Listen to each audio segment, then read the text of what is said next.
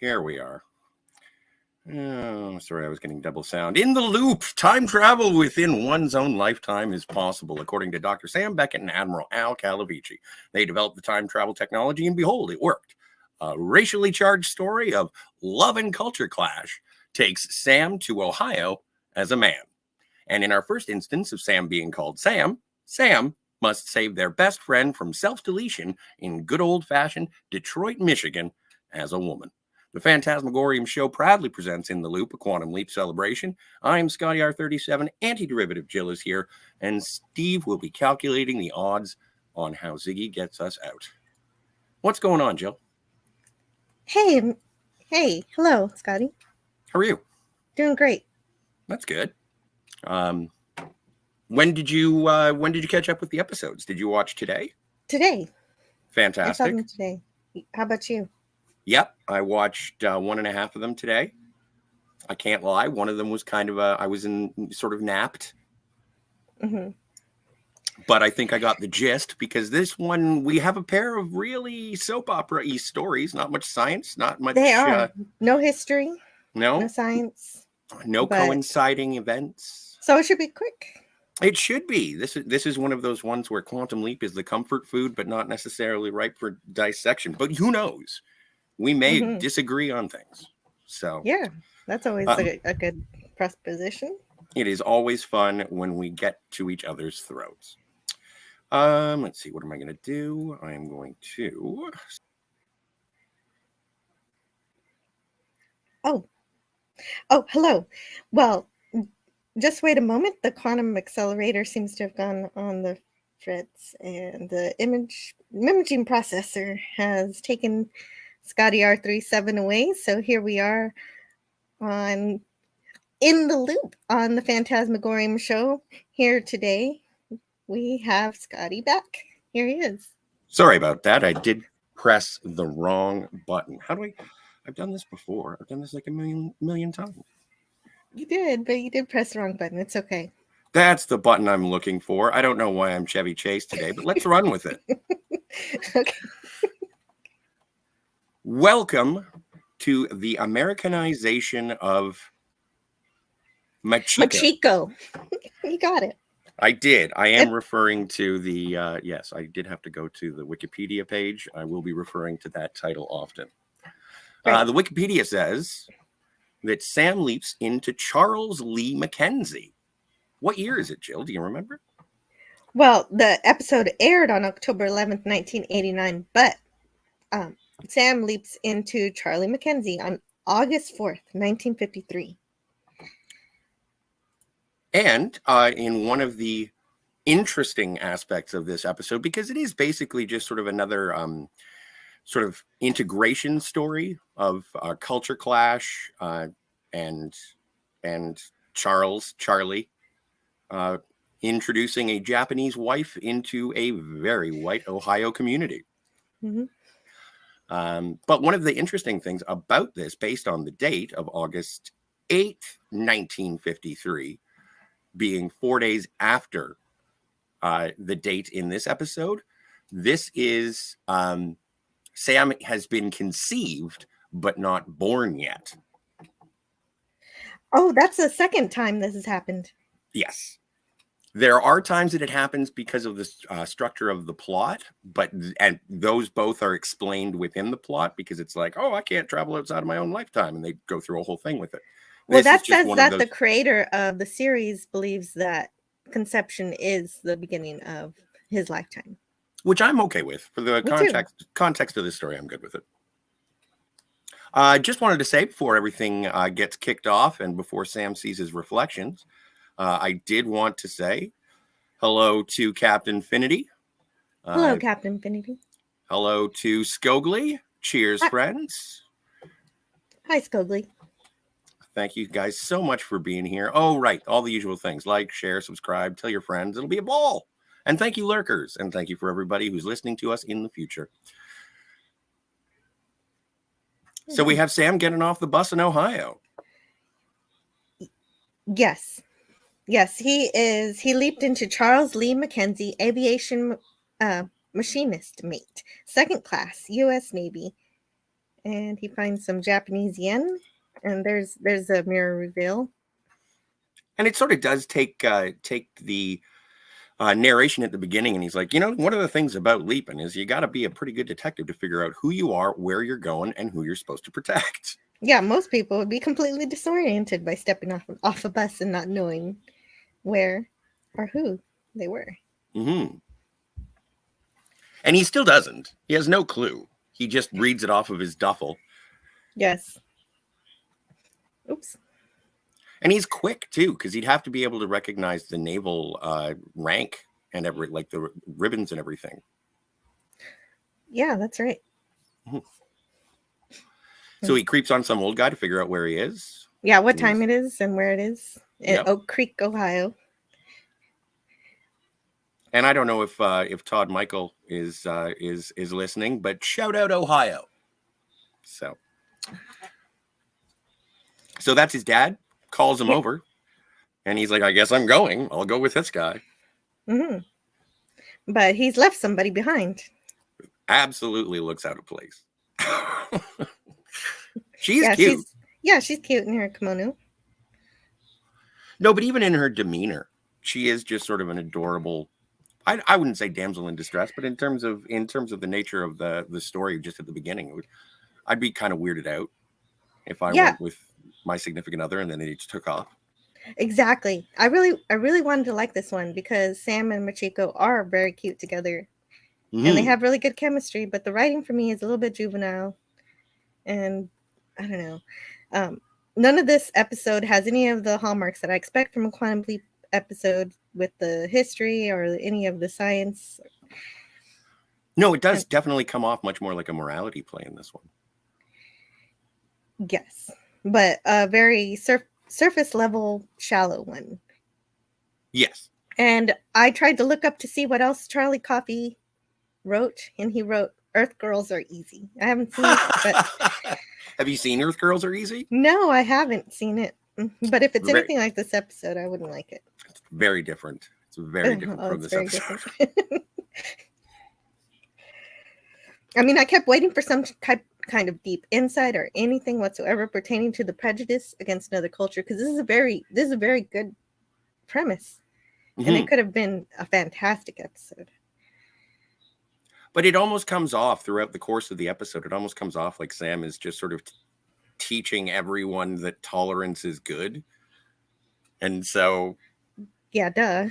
Yeah, but I guess in 1953... Yeah, it's not. I know that, but like for the scope of the episode to your audience, you're playing to a 1980s audience who would like, I guess, would like to see a little bit more than just, everybody knows racism bad, It's not like a brand new thing. Exactly. Even in 1989, they were pretty sure of it. Mm-hmm. Hello to Trip in the chat. Hey, Trip. Earth Girls Are Easy was Jim Carrey's first film. I don't think... Was it his first film? I thought his first film was Once Bitten. But I could be wrong. Or Peggy Sue Got Married. Anyway, we'll talk about it next week on our Jim Carrey podcast. All righty then. Well, well, basically, if you knew nothing of the conflict between Japan and America before this episode, you would continue to know nothing after this episode. Oh, yeah. Well, it is sort of with Tex or Rex or Biff, whatever the guy's name is. His name is Rusty. Rusty, sure. Let's go with Biff. Right? So, sure, yeah. We'll find out when we get to his mechanic shop when he plans to do unspeakable things to Machiko. I got it right again. Good. Oh, and Cam is here. Hello, Cam. Thank you so much for being here. Hey, Cam. And Chris Longfellow. Hi, Scotty. Not tonight, my friend. Did you enjoy The Princess Bride? Oh, I can't wait to hear all about it tonight. No, I have not yet seen it. It is still, it's on the shelf collecting dust beside Donnie Darko. Oh, you have it? No. No. Oh, okay. I don't have Donnie Darko either. I thought I did somewhere, but I don't. Anyway, but also I do appreciate that Charlie's dad is sort of the exception in this. It's nice that not all of the townsfolk are painted as evil racists. Yeah. He's good-natured, and most of the neighborhood seems really sweet. Mm-hmm. Well, yes. they are taken aback by some of Michiko's, cultural Sure. differences. The topless thing really rattles them. Mhm. I didn't have time to really study into Japanese culture to see how that correlates to reality. So I have to trust Yeah. Al's knowledge in this Mhm. episode. So if anybody sees any discrepancies in the chat, let us know. If things are being misrepresented, I don't know. Absolutely. But this is why it's so much fun to have these conversations with you, Jill, is because you watch an episode of Quantum Leap and then say, dang it, I didn't have time to research Japanese culture to get ready for this show. It's not required. I barely watched the episode, and I appreciate all the work that you do. Thank you so much. You're welcome. Well, I want to know everything I can, if I can. This is true. And so just like a sore thumb, Michiko is Michiko, yes, is sticking out in town, and a helpful police officer comes to say, "Who are you? Where are you? And what are you doing here?" we're not even kidding. This officer actually is pretty helpful. He is. I'm glad that they didn't go the easy route there and make him not helpful. Exactly. It's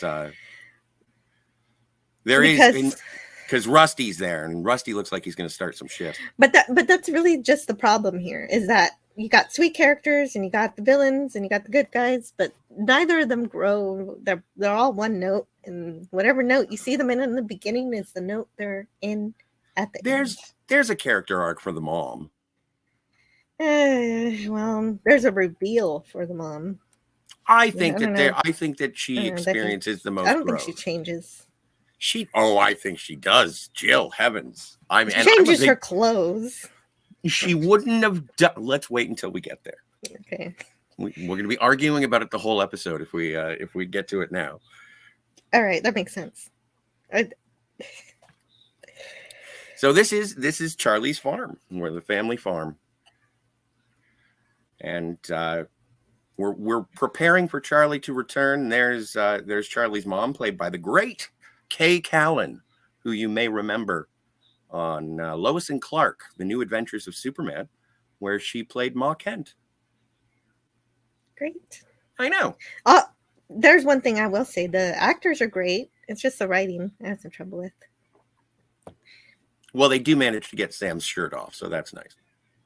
And this next to her is Naomi, which, from what I understand, is I'm own backwards.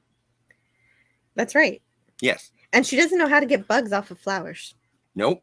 She seems, I don't understand why she's here, because even Mom thinks it's like, you didn't exactly, she's like, I'm so glad I waited for Charlie to come back so we could get married. And the mom's like, you didn't exactly wait.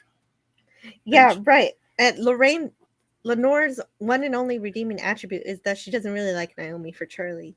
That's true. But she's gonna wish in just a couple of seconds. She wants Charlie to settle down with a nice Caucasian girl. Yeah, there's a whole ton of racism in this episode. Well, yeah. But Al did stop by and say that there's a 97% chance that Sam is here to make sure that he doesn't marry Naomi, because it's going to be a terrible marriage. Yes. And then, which it seems like, I guess this is making right what once went wrong, but so I don't know. So what exactly went wrong the first time? Did he not get married in Japan? Did Charlie not get married in Japan? No, what happened was Charlie did get married in Japan, but when he came home, he didn't get remarried to Machiko. Right, because she goes back to Japan and she dies alone and never remarries. That's right. And then he married Naomi and had a miserable life. Yes. So I get, good for him. Way to go, Sam. But Ziggy was wrong. Ziggy didn't account for Machiko. So right. Didn't account for Machiko, but there's finally Al. Yeah, Al does show up. These are two they're sort of light on Al, both of these as well. He's sort of a joke in both of these.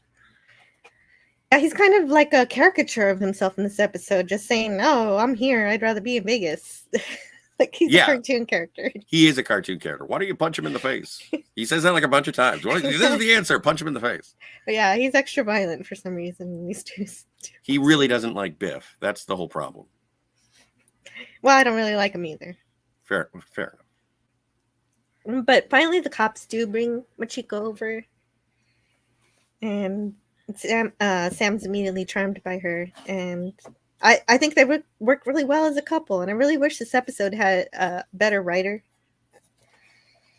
for that reason. Yeah, in terms of the driving conflict, I think, well, again, this whole episode just sort of hangs its hat on the culture shock and the racism and segregation in the town. Yeah, and I'm so glad that this Charlie Coffee guy doesn't write any more Quantum Leap characters. Yeah. If these were like the episodes that I'd be expecting, I wouldn't be sure about continuing this.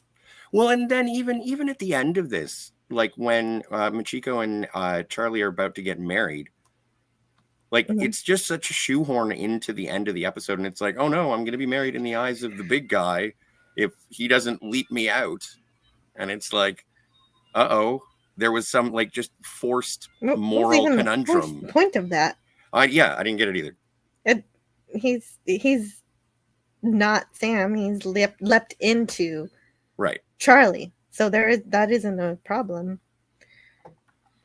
But yeah, especially if God is the one leaping him around, he realizes things are going to happen. I don't know. I thought that was kind of dumb. Yes, but we do get the sort of crash course on Japanese culture via Al.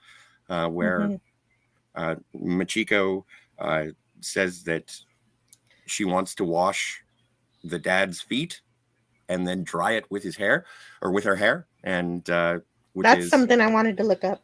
Yeah, I've heard of that though. I have heard of that.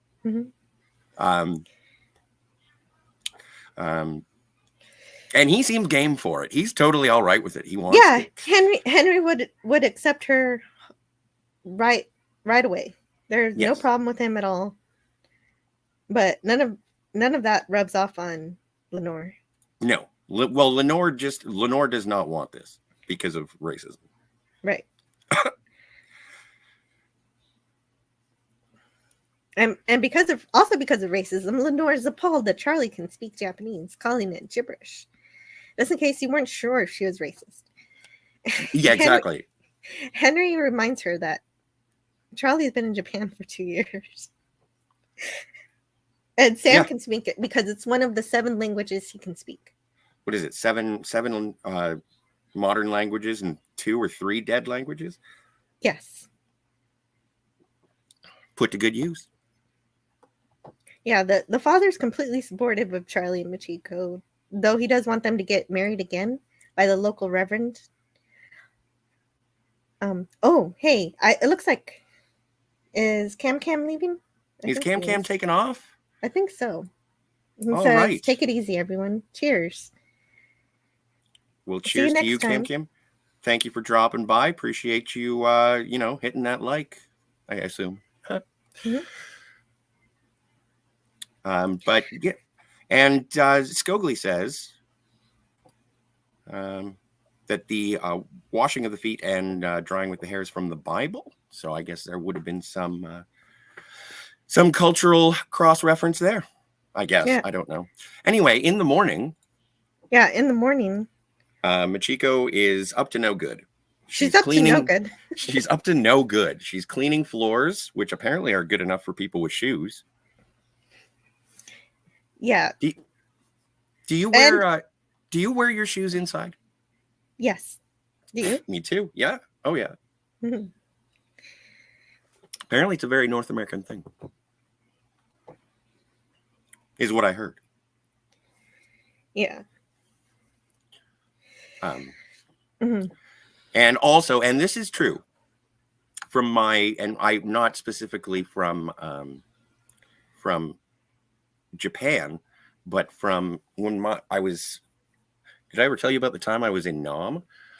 They don't have breakfast food. They just have food. And like, Right. She's making rice for breakfast. she's making rice for breakfast. And it's like, we do not eat rice for breakfast. And I was like, oh, that reminds me of another place. And just in case you didn't, you didn't think she was a terrible person yet, one of the worst things she does is throw away all that really great rice. All of it. And and I noticed because it comes out sort of as a cake. And I was like, oh, that was awesome. That was perfect. Why did you throw that away? That was perfectly good rice. Yeah. And in the other scene, I forgot to mention, she does something even worse, saying that Machiko could sleep on the porch. Right. Right. But Charlie's dad says you can stay in the guest room, and it's like, but that's Eileen's room. Yeah, Eileen's room, which is a plot point. Should we spoil it now? Well, we might as well. Yeah, Eileen had died, and it was from self-deletion because her mother wouldn't support her when she got married out of wedlock. Or got pregnant out of wedlock. Oh wait, pregnant. Yeah, you can't get married out of wedlock. Pregnant. Oops, I don't know, brain. No, you're good. You're good. Malfunction. Clap. Dropper clapper. So, but yeah. So, but this makes no sense to me. Actually, logically, story-wise, it makes absolutely no sense because the father is obviously really supportive and a great dad. So the daughter would have had him, but unless Lenore controls everything, it doesn't really make too much sense to me that she had nobody. Because I don't know. I don't see her dad as someone who would abandon her like that. No, I don't think so either. Yeah, that is sort of a plot contrivance. Mm-hmm. And even though, and even here, the Charlie brings back some tea, and the dad's like, "Oh, this is the best stuff. It's better than that stuff that we drink through bags, and we do not drink foreign tea." She's just so blatantly mustache twirly racist. It's just if you can't define a character, just make them completely intolerant of other people and their cultures. Right. She's changing our son's mind, and I don't know, brainwashing him or something. She said something like that here. Oh, we have a couple of so Chris Longfellow, shoes always, only sleep and bathe barefoot. And Tripp says, evil spirits love dirty floors, so I always take off my shoes. All right, we've got a shoes on, shoes off debate in the chat. I'll keep my shoes on, but if somebody asks me to take them off, I will. Like if I'm in somebody else's house. All right, here we go. We have a poll in the chat now, so you can register whether or not you shoes on, shoes off. Great idea. And we'll do that in the episode break between the Americanization of Machiko and what cost Gloria. Or what price Gloria, pardon me. What price, yes. As disappointed as I am with most of the episodes, I do like these few little scenes with Sam and Machiko. They're cute. Yeah. So after Lenore is cruel to Machiko, Sam comforts her, tells her if she wants, she can do more than take care of the house if she wants to. It's news to her that she could get a job and that the roles can be reversed or shared. And this gives her the idea to go shopping for a dress, because that's the kind of writing we get in this episode. But I still think it's sweet. Yes. Well, and also don't forget we get the horrible driving lesson as well. Yes, right. Hey, like Tiger Stripes is here. Tiger Stripes in the chat says, I have a dear friend who's Japanese American. When I would go to her house for a party, everyone is expected to remove their shoes. She provided slippers or socks for folks to wear. That's very considerate. Yes. I appreciate that. I definitely respect it if it's someone else's house and they don't want shoes. Well, it is, I would say it's up to the host. Sometimes people don't want shoes just because they want to keep their carpet perfect. I have a friend like that too, and I take off shoes for that person too. See, that's the quality of episode we have here, people. It's been removed. It's been reduced to whether or not you take your shoes off in the house. Cinema Gulp is here. And it says, had no idea you guys were doing a show on this. I have a quote joke, but I will keep it between me and me. Oh, you can send me a DM anytime you want, Ben. Go for it. Also, while we have you, Cinema Gulp just put up a video today of whether or how it would look if J.J. Abrams directed Spider-Man No Way Home. You should check it out. It's awesome as always. But yeah. Please tell me it has nothing to do with the Beastie Boys. It has. I would lie to you. I can lie. Yeah, that's great. Everybody go check out Cinema Gulp's video after this show. What's wrong with the Beastie Boys? So anyway, and you know what? I just realized this upon checking out the slide. Is this sort of to rectify the stereotype of both women and Japanese drivers? I didn't even think about that stereotype. I just thought this was her very first time behind the wheel, and I thought she did fine for. I know she got into third. She got into third gear. It's great. It's not like even that she's on a automatic, so she did wonderful. No, hey, yeah, that's crazy driving stick. Mm-hmm. One is I don't know what side of the road or the side of the car the steering wheel is. It's on the left side. In Japan? Oh, in Japan. That's a good question. I think it's normal. Okay. It normal. Well, what a way to put it. Yeah, right. I mean, American. Sorry to all of our Australian and English friends. Yeah. Apologies. Tiger Stripes in the chat says, well, there are differences in the culture, which is relevant to this show. Also mores were very different 65 years ago. Yeah. But, and I don't know, it just seems this morality play seems a little one note, but I don't know. I was engaged, and I guess I have Biff to thank for it because he is just a looming threat throughout the episode. Speaking of which, as we go into town for a dress, a couple new shirts, we're gonna get Michiko a proper American dress, as she says. Yeah, she wants a dress like Naomi-san. Yes. Oh, but before she does that, they pick some daisies. Mm-hmm. These are actually some of the best lines in the episode. It's like somebody else wrote these lines. I don't know where they came from, but they didn't come from Charlie Coffey. The rest of the episode is just to hang around this beautiful soliloquy. Yes. And it goes, why are you looking at them like that? Far away, all daisies are alike. Together, they make a beautiful garden. But if you look close, you can see a little difference in each one, and remember its beauty a whole lifetime. Which that's just good advice. Yeah, Americanizing Michiko seems like the best way to help Lenore, but she has an inner beauty, uniquely Japanese, that I hoped she would never have to lose in order to blend in with all the other daisies, is what Sam says. Mm-hmm. And that's the highlight of the episode. You can basically roll credits. Right, that's it. There we go. See everybody.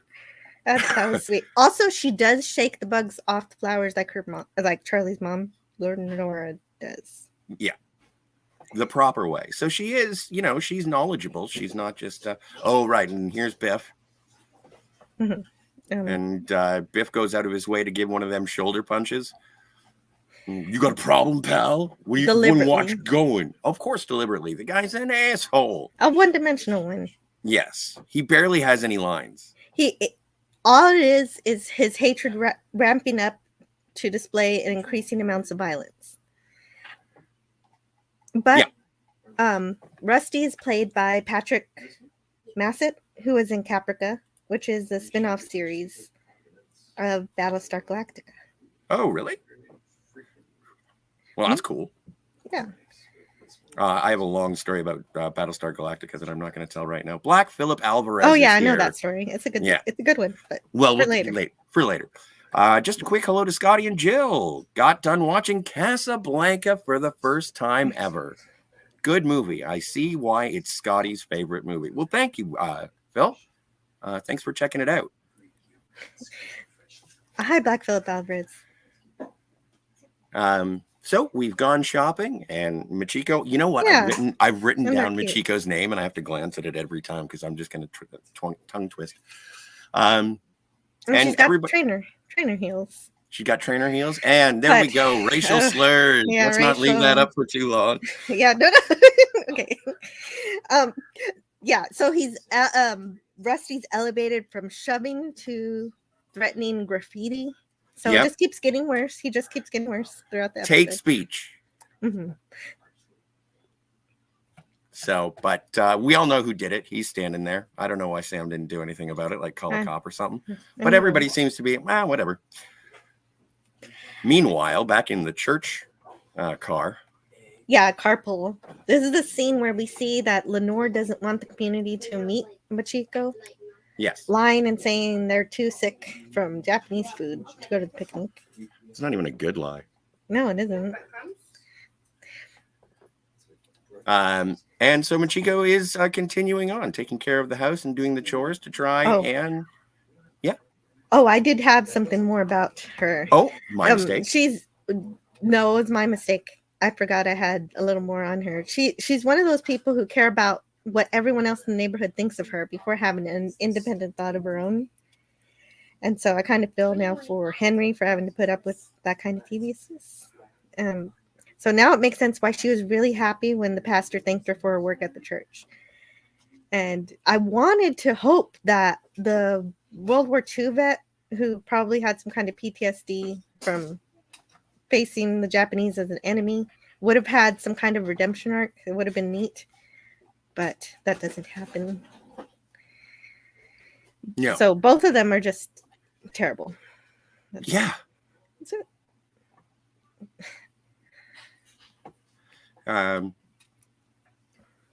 But yeah, now we're hanging laundry. Yeah, and it go. Oh, right. And so obviously Charlie/Sam, just Sam, is visibly shaken and very agitated by the hate crime that was presented. But it doesn't matter because Naomi's here and she wants to get it on. She likes it when he's angry, and especially when he's all sweaty because he's been baling hay. And so she starts to get a little, and I don't understand. I don't understand, lady. I'm married. What are you talking about? Get away. But you know what? Sam doesn't really do a very good job of keeping her off of him. No. You know, look how strong he is. He could totally just toss her, but he doesn't keep her away. So you're advocating Sam body slam on Naomi. No, not body slammer. But he can get away from her. He could, I suppose. He could. I don't know. He's not helpless here, is all I'm saying. No. It's just, even Al is surprised by this. You call me a sleazeback. Yeah, exactly. Oh man, I love those suspenders. Does he oogle anyone in this episode? Is Al's not really creepy in this episode? No, he's not creepy. You know what? Is this the first episode Al is not a dirty old man because he's too busy being appalled at Sam not rebuffing Naomi well enough? I think this may be it. This is the yeah. I think this may be the first time where we get to see Al flip and be the moral authority. Yeah. Exactly. And he says, he has the best line, Al. He says, tell her to put an egg in her shoe and beat it. That was cute. He delivers it better. And Machiko just, hanging out, just doing laundry. No big deal. And apparently this is one of Al's cultural representations or interactions. He was stationed in Japan, and apparently it's very, very common, according to Quantum Leap. According to Quantum Leap. This is one of those things I would like to research, how common this is, or where it is common. Well, and again, if you're tackling an episode about racial prejudices and whatnot, I think that I would hope that the writer did the cursory amount of research. I would hope so too. We just, until we can do some kind of external research, we can't be sure though. So then the whole thing happens where Sam falls and the church shows up. The church carpool shows up.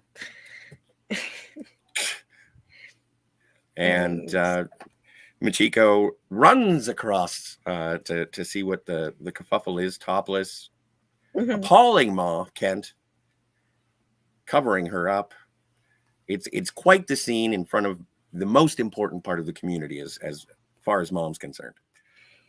Yeah, Naomi says that when she fell, her shirt fell off. Yes. Completely believable. Yeah, right. It's like, oh, oops, sorry.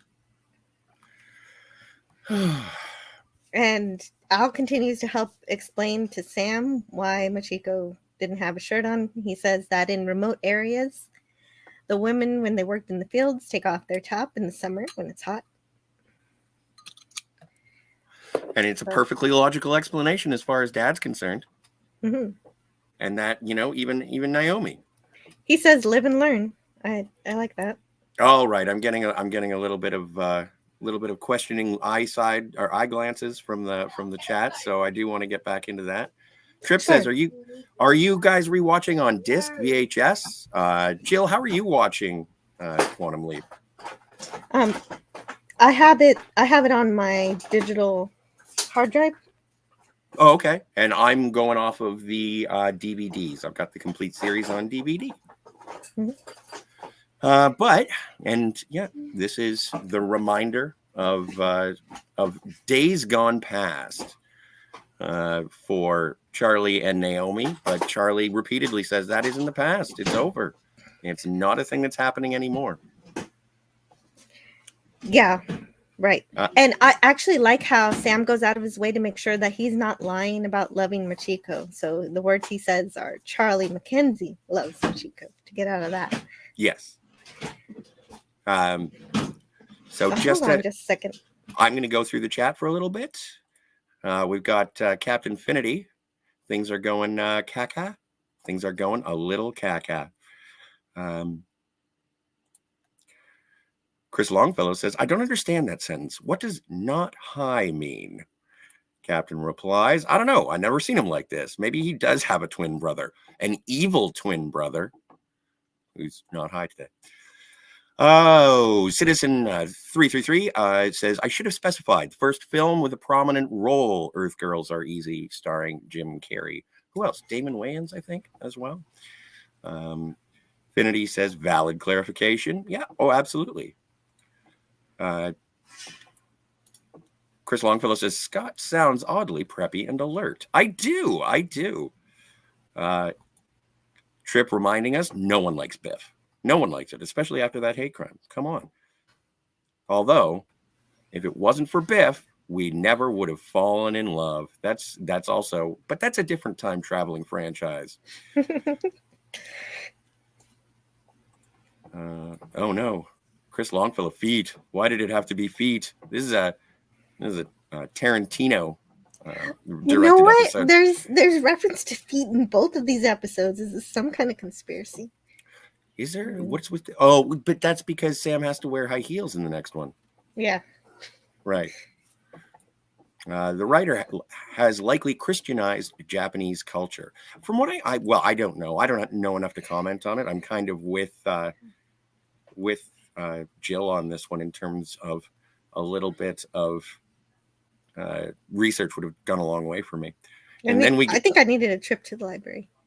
Or just a cursory glance.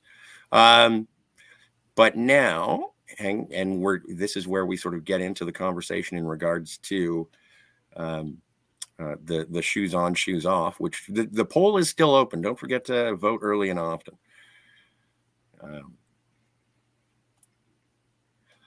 And Cinema Gulp responding to Jill. Sorry, I'm just sort of scrolling. That one's probably about his new video that everyone should check out after this stream. And Cinema Gulp always says, "I love Jill's voice. Make an ASMR video, please, darling. You're very soothing." Thank you. I don't know if I'll do that. You do every Tuesday night talking about TOS and every Friday afternoon talking about whatever you want. It's unique, or it's weird how everyone has a unique voice. You'll consider it? Oh, wait. What about the tutorial that you had? That's true. That's kind of an ASMR, except you get me sort of chiming in from time to time. Right.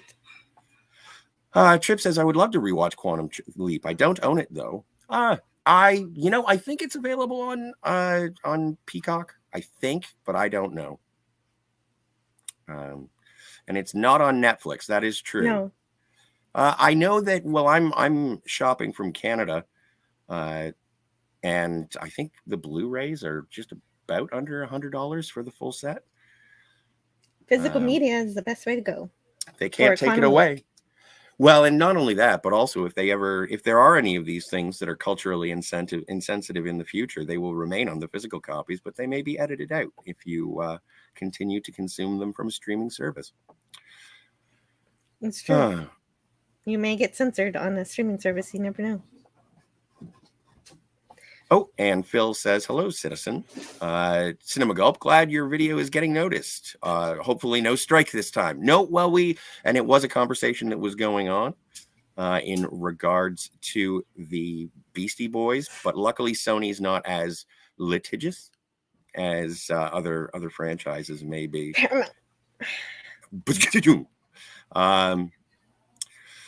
Oh, heavens. Yeah. All right, we're almost at the end. Oh, it looks like he works at a TGI Fridays. And testing. All right. Success. There we go. Black Phillip says, support physical media. Big ups to that. All right, so Naomi's there. Yeah, you know what? Yeah, she is. I would just chalked her up as an obsessed ex-girlfriend who couldn't help herself, but now they're giving you more reasons to not like her too. Like back in the hay scene, she said something terrible. She said, well, you just weren't with your own kind. So now she's racist too. So yeah. But also here she seems to be using the self-deletion of Eileen, Charlie's sister, Eileen, saying she did what she could to help her, and because of that, that's why he should be with her. And I think that's a really terrible thing to throw something like that in someone's face as some kind of reason why they're beholden to you. And so, and also considering her history there, but for the grace of God, like it could have been you who had found yourself pregnant out of wedlock. True. And Sam tells her it's over. It's over. Yes. Done. Finally. Yes. But unfortunately, we are in Oak Creek, Ohio, so it's not like you can get away from her. Right. And she says, well, I guess there's nothing to do now but be your friend. And some friend she is. Oh, I know. She obviously just does this to hijack and monkey wrench Machiko. Mm-hmm. Right. She makes Machiko up like a clown. Like a painted Jezebel. At a church picnic, no less. It's really mean to do. It is. And then also coaches her on what to say. Yeah, right. She tells everyone that she tells Machiko that it's good to tell everybody that they're fat. Well, and okay, so again, this is a different country, and I don't know if I'm offending anybody by referencing it, but back when I was in Nam, I was visiting a friend of mine who was teaching English, and he actually said that the kids that he would teach English to, they would be like, "Oh, you're so fat," and it was meant as a compliment because it was a sign of prosperity. All right, that's what he told me. And then it would make sense why she thinks that is the right thing to do. And so Naomi is not that clever, so she just tripped up on something that Machiko would have related to if that's the case. So again, this is just cursory information of Japanese culture from our beloved writer. But luckily Machiko isn't an idiot because she catches on the expressions on the people that she just insulted, that what she said wasn't is well taken as it might be in her country. Well, and not only that, and also because so far in the episode she's been trying to win the approval of Mom, and also trying to win the approval of Naomi as well, because as far as she's concerned, it's just one of Charlie's friends, and but she doesn't. She turns out not to be the shrinking violet that she has presented in the first. I never saw her like that, but I kind of did. I kind of did. Just because she was so very well mannered. yes. But she does, and it's not like she blows up or has. She's a hard worker. She's a hard worker, but when she figures out that Naomi had been sort of leading her down the primrose path, she says, you lied and you're not a very nice person. Get out of my life. And then goes to Charlie and says, let's go. Let's just get out of here. Yeah, she catches on pretty quick. Very quickly. And Sam gets rid of that makeup. That's good. The makeup, the clown makeup. I'm glad he doesn't, just start rubbing her eyes, because that's the most egregious. Yeah, right. But she is also feisty when she goes to watch the baseball game. And for some reason... Right. Because it is a thing they don't mention that baseball is big in Japan. Yes, it is. I think it's... Yeah, it's neck and neck. There are times when it's like, oh, baseball's more popular in Japan than it is in the United States. But yeah, so here's Mo Howard from the Three Stooges. And I think Charlie is playing second base. I'm not sure. But when Biff gets a base hit, essentially, or is it Biff? He gets to second and he bowls over Sam and then starts doing bean balls at him, trying to basically mess him up because of, racism. Al is sitting there and saying, punch him in the face, give him a fat lip. We're back in the boxing ring. Like, that's all this is. Yeah. I was hoping for, some kind of more poignant conversation between Sam and the war vet than just hatred and violence, but that's what we get. That's all. Mm-hmm. Two-dimensional villain. Three-dimensional would have been nice. Three would have been nice. Yes, it is one-dimensional. Two-dimensional would have been really great. Mm-hmm. But now there's a storm. I think it's a tornado, but we never see a tornado. So it's just a really bad storm. That maybe there's a tornado somewhere else and everybody's just trying to be safe. Yeah. Mm. I'm not 100% sure what's I don't going know. on with the severity. I was just trying to cling to any kind of science we had. Like, here's a natural disaster. Let's see if there's going to be one, but no. Like, I don't know. Is Ohio in a tornado alley or something? I don't know. I don't really know. Neither do I. This seems very, there's a storm brewing, everybody into the storm cellar. And it's like, really? Do you guys have to, how often does this happen? Do you have to do this all the time? Yeah, well, if they have a storm cellar, then yeah, a lot of places in America do have to worry about tornadoes, and that's why they do have storm cellars underground where they can be safe. Okay. And so Ohio probably does have tornadoes. Makes sense. It's foreign to me. I don't have them. But anyway, everybody is freaking out. There's going to be a storm. Mom says to Machiko, "What are you doing standing around? Get into the storm cellar." Yeah. And then the phone rings and tales of the church picnic are relayed to Mom. Mm-hmm. What did you do? How dare you call these people fat? Yeah, so Charlie's mom continues to reject Machiko and just be very clear about her hatred for her, so much so that Machiko runs out and away from the cellar. Into the storm, just willy-nilly. Right into the hands of Rusty. Rusty. This is a reminder, everybody. Never get into a car with a stranger or someone who has performed a hate crime on your husband's car. Trip says, the entire series of Quantum Leap is on DVD for only $27.99. Dude, check it out. The only thing that I would say is that when I got mine, it's from Mill Creek Entertainment. When I got mine, it came in a cardboard box with sleeves. It's not nice cases, but the Blu-rays look like they have cases. So that's my review of the Quantum Leap DVD set.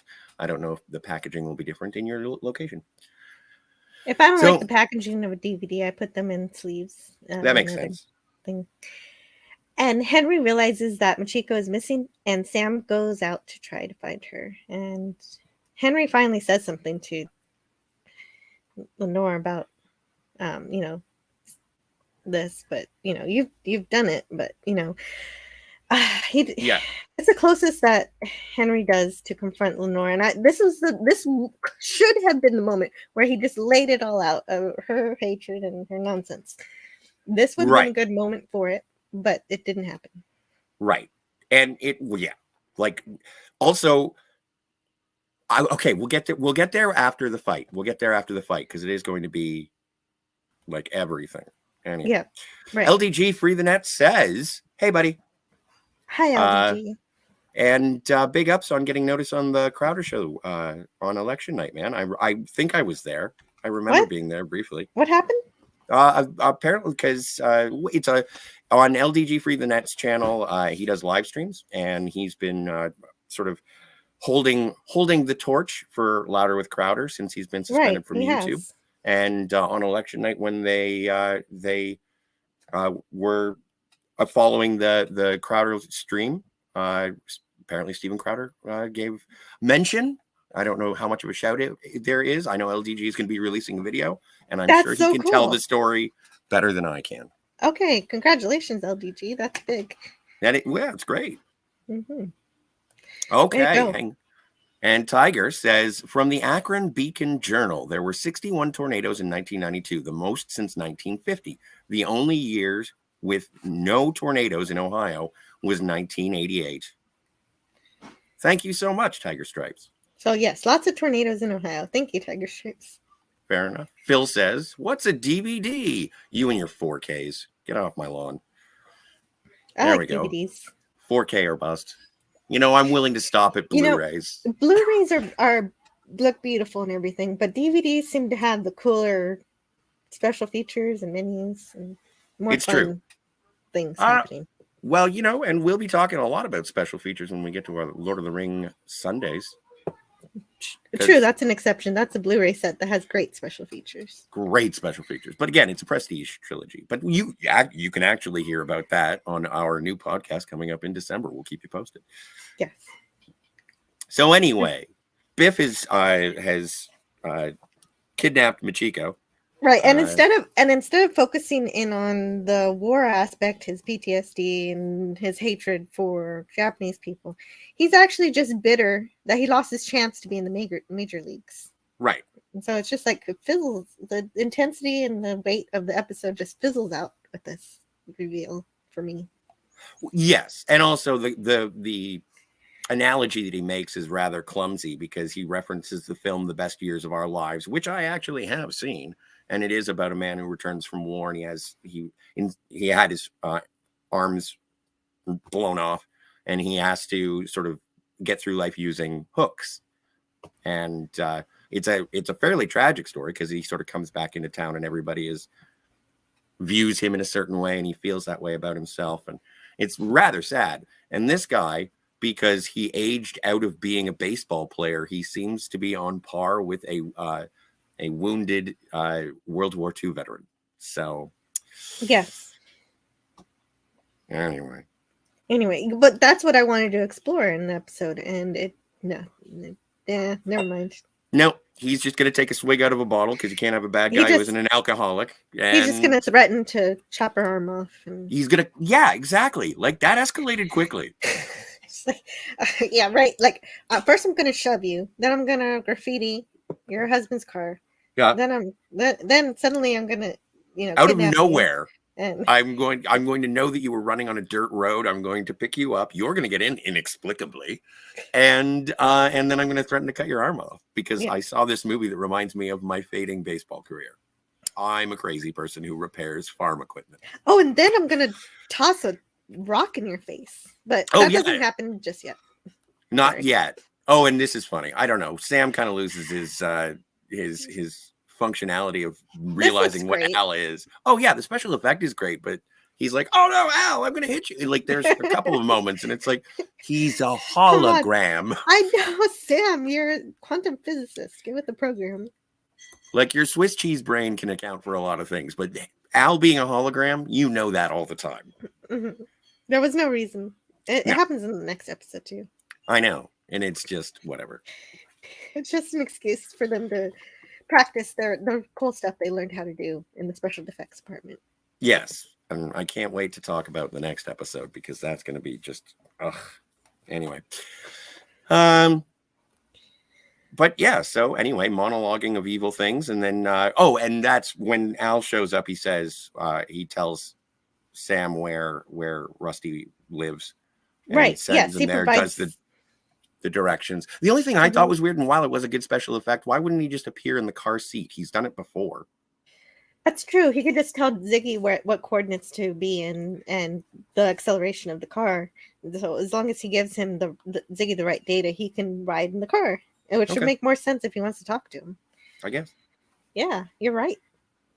The only reason they did that was to show off their special effects. It's sure good. Well, and I guess to remind the audience that he's a hologram and what that exactly means. That's true.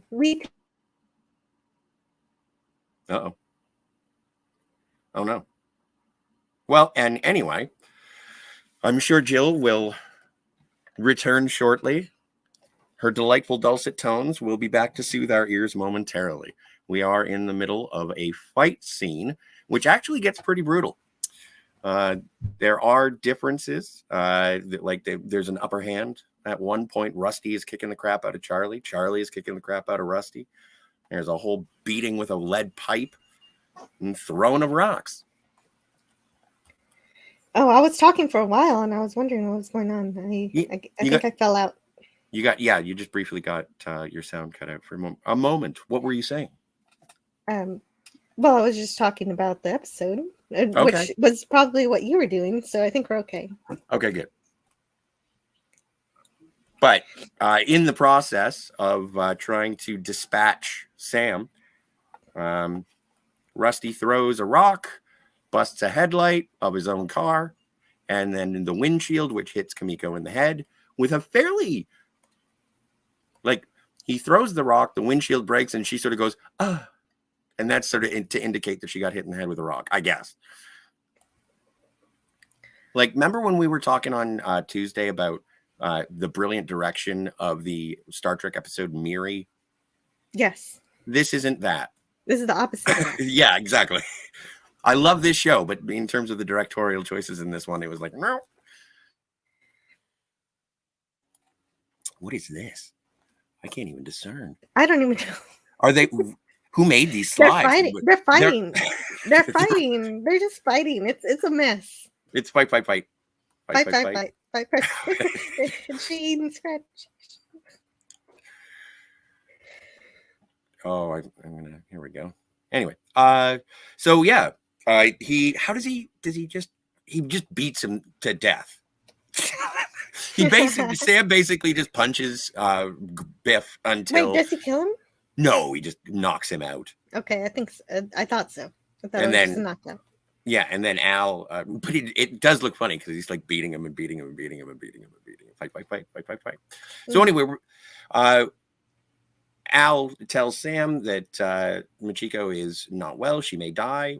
We cut to the hospital, and Ma and Pa Kent are here.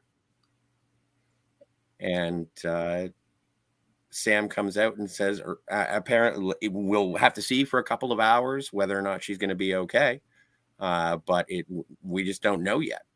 So yeah, so it's that real easy plot device where people who were evil before suddenly have to have empathy because the person who was hated upon is now under peril, risk of perishing. Well, yes, and also I wouldn't your cartoon villains. I don't think Ma is that cartoonish. I think she is cartoonish, but I don't think that she is despicable. She's not Biff. She's not racist. She's close. She's didn't try and kill her. So true. Come on, there are shades of gray here. She just wants to evict her. Yeah, deport, I think is the word you're looking for. Yes. Well, the deporting comes after the evicting, I suppose. But so Sam comes out and says, why don't you just go in there and say, you actually care that she lives instead of dies? And this is where we get a long exposition dump of the history of Eileen, who has been briefly mentioned by both Ma and Naomi. and her situation. And we learn here that that Ma would not support Eileen in Yeah, her pregnancy, and she can't do now what she never afforded her own daughter. right. Yeah, so she never had a chance to tell Eileen that she loved her anyway, unconditionally, even though she had a chance to support her when she was alive, but didn't do it. Mm-hmm. I don't know. And the problem with this is that she ostracized her because she cared about people sniggering. So it's back to this terrible attribute of this lady that she cares about what she thinks other people think. I don't even think that the neighbors seem nice. I don't think that they actually would have done anything. No, I don't. Mean, I don't. Yeah, I agree. I don't think they would have ostracized Machiko at all. Machiko or Eileen.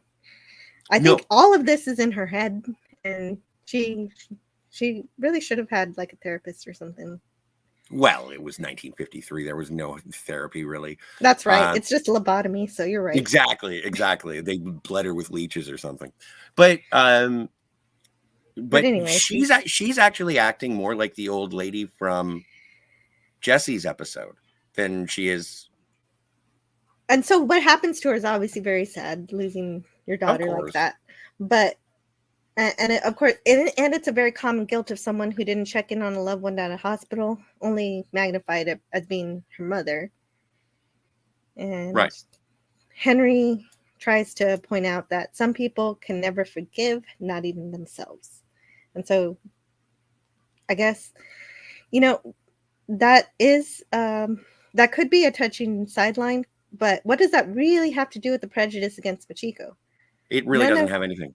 None of that has to do with the racism that she's displayed this entire episode. And so I don't think she earns what she gets in the last scene. And I think this would have been a much, I don't know. I've been complaining about don't review the movie that they didn't make, review the one that they did make. But this would have worked so much better if Mom had thought Naomi was the girl for Charlie, and the resentment towards Machiko was because Charlie was abandoning Naomi the same way that he had been away for 2 years when Eileen died. And that actually ties everything together, and it makes a little bit more sense. And then you find out that Naomi and Biff were a thing. And that's part of the reason. Like, I don't know. You know what? When they were at the picnic, I thought, you know what? Naomi and Rusty, they let them be together. They should get together. Exactly. I thought that. You're absolutely right. You are writing a better episode. But that's not the one that we saw. And this is part of the thing that really frustrates me about this episode. And I just thought about it right now. What's the next slide? Oh, and this is where, and we cut to the wedding. Yeah, and so with nothing resolved, nothing, no examination of the real racism of Japanese immigrants and Americans in America. None of that touched upon, but now, well, not even Machiko coming out of the coma or whatever. Right. We're just here. She's fine. Okay. Everything's okay. It's a wedding. And I guess that's exactly what Al says. Yeah, right. I love weddings. It's probably because I've done it 5 times. And so, at the altar, we're about to get married again. Sam is like, "Can I get married in the eyes of God?" And still, what is going to happen? And it's like, all right, I guess if this is a thing that we got to touch on. And then Ma Kent shows up in traditional Japanese garb. Yeah, she shows up in her kimono here. Oh, right. And isn't this the one that is this the kimono that Machiko bought her at the beginning of the episode? Yes, I think that's right. And she said, "I don't need it. I already have a bathrobe." Yeah, which is rude. Right. But at first, that actually confused me. It wasn't until this scene that I realized what that meant. Oh, yeah. I sort of gathered. But Machiko is very happy to have earned the at least acceptance. Mm-hmm. I'm not going to say love or trust, but acceptance of Machiko. And that is the thing that I is going. guess That is the thing that apparently is going to trigger the right? leap. Yep. Well, as long Sure. as they're married, that means that Charlie can't get married to Naomi, and Well, I guess Al explains it when he says, "Is anything going to get better?" And he said, "Yeah, as soon as you guys have a grandchild." yes. I mean, for Lenore. But yep. And we get the bow, which is something that she was very derogatory to Machiko in regards to. That's true. But you know what? They spent all that time on the flowers. I was hoping the flowers were going to come back at some point. Oh, that would have I been know. nice. But if you show up at a wedding, you can't really bring another bouquet. I know. So, but it would have been cool. It would have been nice. Well, it would have been nice if she had gone into the hospital room and did that. I don't know. Well, There was a way to write it in somehow. There was, yeah, I don't exactly. And so anyway, I don't know. Is this in poor taste for Al to say sayonara, Sam, or is that okay? That's okay. It's just a Japanese word for Okay. see you later. You know? Just checking. I think it's fine. I needed a judge's ruling. And yes, Well, we do get a flashback to a previous leap. yeah. And that's not what's happening next. We're not going to be revisiting Jesse, but we are on a different. See, with that, okay. Remember, was it the end of the first season, and they do the leap into Sam in the bathtub? Yes, that's the end of the first season. That's right. And right after the murder episode, right, the episode. The one with the Babylon 5 lady. Yes. And that doesn't happen until the next episode. So with this one, I was wondering if they were like, what do we do here? What do we put? We've already used that one. And it's like, let's just show another one. Maybe they were going to rerun the next, the Color of Truth.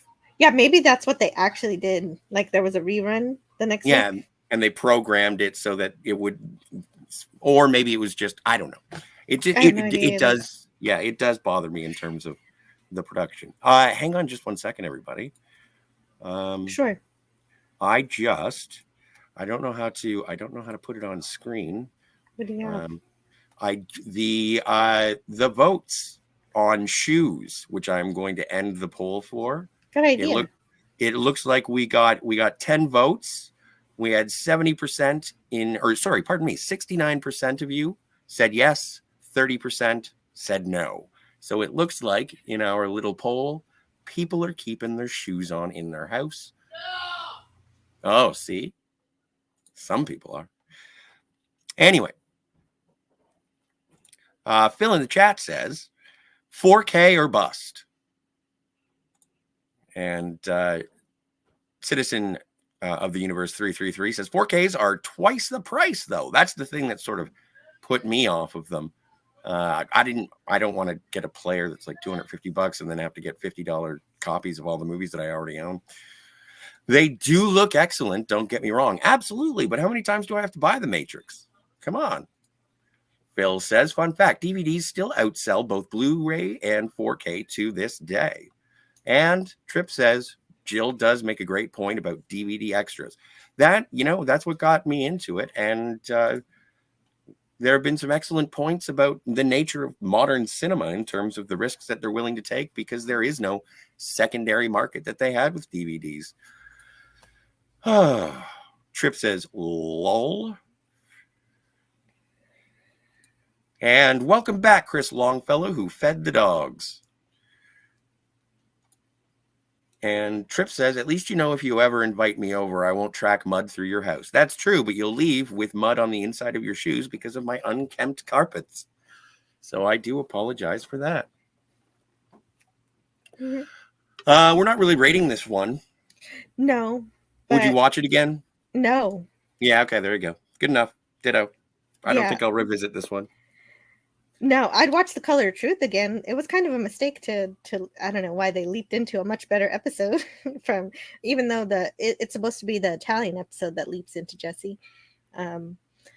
Because The Color of Truth did this commentary on racism racism much better because the antagonists were presented with humanity. It wasn't afraid to confront the racism, with Right. call outs and directly to the prejudices and those that were holding them.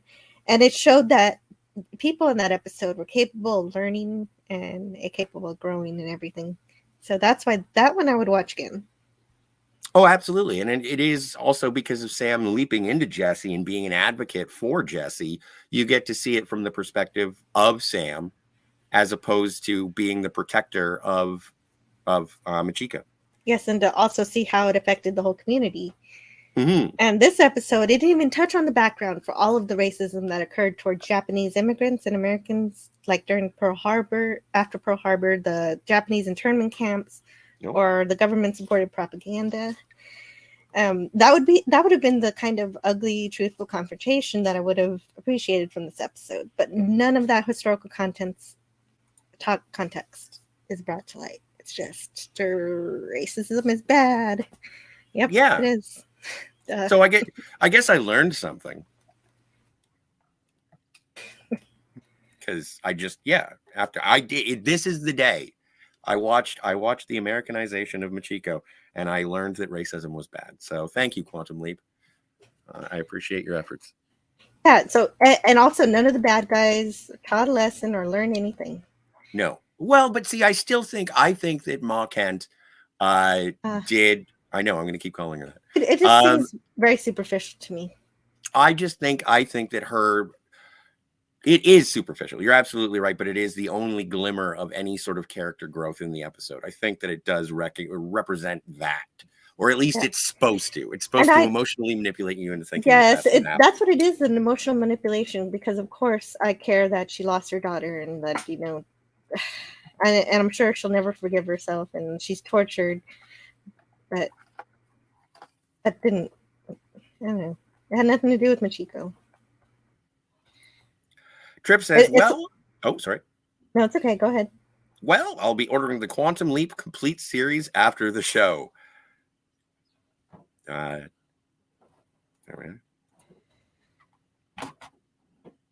we go. Take my money. Just take it. Just ordered it. Well, things happen that quickly around here. What was it? Was it actually, you know what I learned from this episode? What's that? Don't put your reputation before your children. Well, that's a good call. And that's what Lenora should have learned. I agree. Who cares what other people think? I don't understand why she does this, but that's it. That's the episode. That is the episode. And just in time for episode 2, Dalek451. Hey, buddy. Sorry I'm late. You're never late. You're always here on time, my friend. Exactly when you were meant to arrive. How's Gushy? But that is the end of the Americanization of Machiko, and we go to What Price Gloria, where Sam is Sam.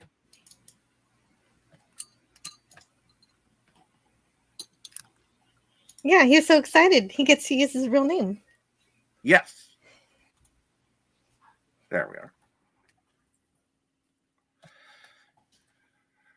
Oh, perfect. $27.99, well spent. Perfect. You'll have to let me know how the set looks and holds up. If it's sleeves or cases, I'm incredibly curious. Dalek says, I remember Machiko. She was very cute. She was very cute and very charming. I was surprised that she didn't do much else in acting, because I like her. And so, shall we leap into a bathtub? Sure, why not? This is sort of the recap of... Sure, and what we're not saying is that they started verbal introductions again to explain to the audience what leaping is. How Sam sort of figures it out, yeah.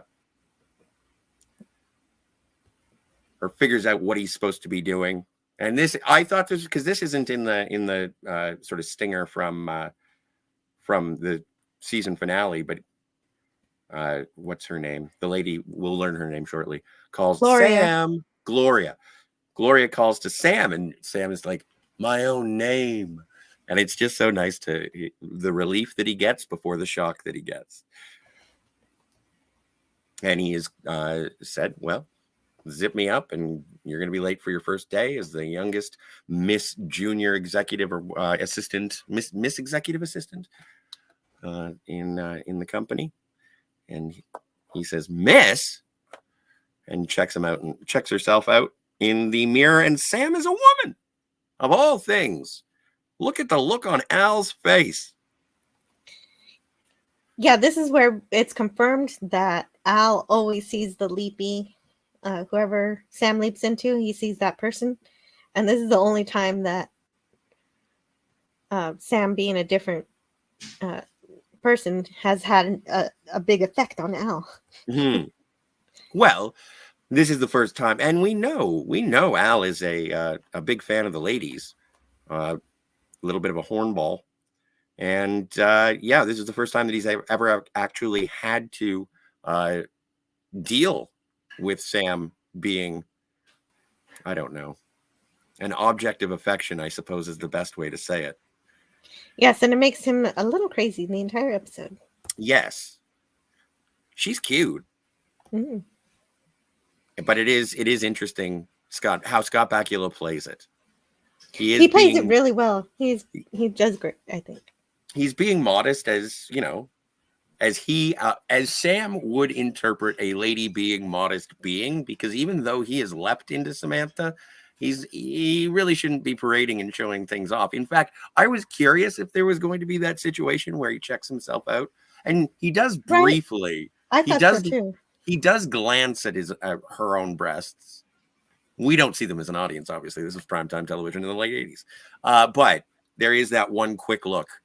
But after that, he seems to be fairly respectful. Well, he's there for a few days. I think he has to at some point. Check himself out in the mirror? Well, yeah. Well, to bathe. But you don't have a full-length mirror in your shower. That's true. I don't know. It had me thinking of a lot of weird things that I usually don't think about during Quantum Leap. Such as, well, I don't know. I guess he still sees himself as himself. He's the only one who sees himself. This whole time I thought Al saw himself. Oh yeah. I thought he saw Sam, but exactly. That's what I thought. Now they do establish that when Sam, and I don't know if this is going to stay consistent throughout the series, Jill, but they do say that Sam leaps into the person's body, and then Al sees the person that Sam has leapt into, and the person is in the waiting room and is inhabited within Sam's body. Right. That's also what Al said, that when he sees the leapy, he sees Sam.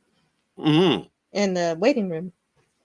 Right. Well, it's sort of like, okay, so Sam is in the waiting room always, like Sam's body. Right. And then the leapy is supplanted into Sam because Sam's consciousness is in the leapy, but they're Sam. Now, this is where it's going to get to the childish questions. Yeah, I guess that makes sense. How does he pee in this particular iteration? Mm-hmm. Now, this is a thing that maybe Sam would just do. Sit. But is that because he has to sit, or is he doing it to maintain the appearances of being? Because then we get to the end of the episode and it doesn't make a lick of sense. Well, if what Al is seeing is reality, then yeah, it should. Yeah. Because if Sam looks down, does he see his body? Or does he see the leapy's body? Well, I think you told me that he sees Sam.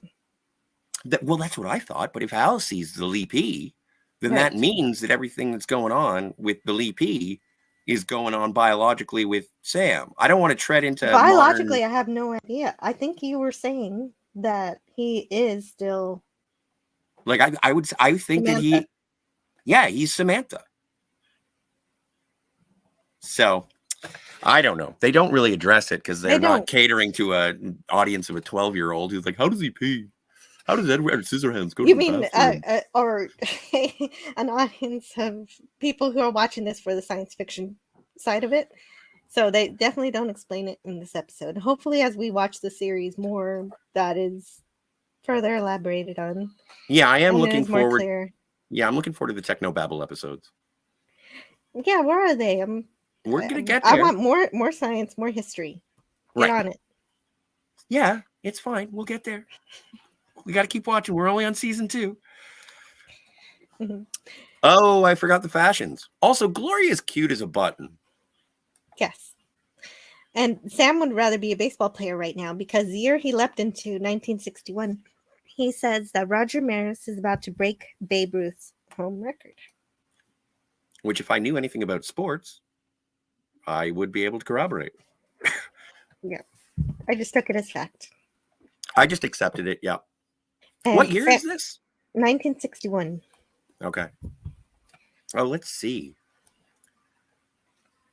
Sam leaps into a woman for the first time, a stunning blonde named Samantha Stormer, played by Lorraine Chabot.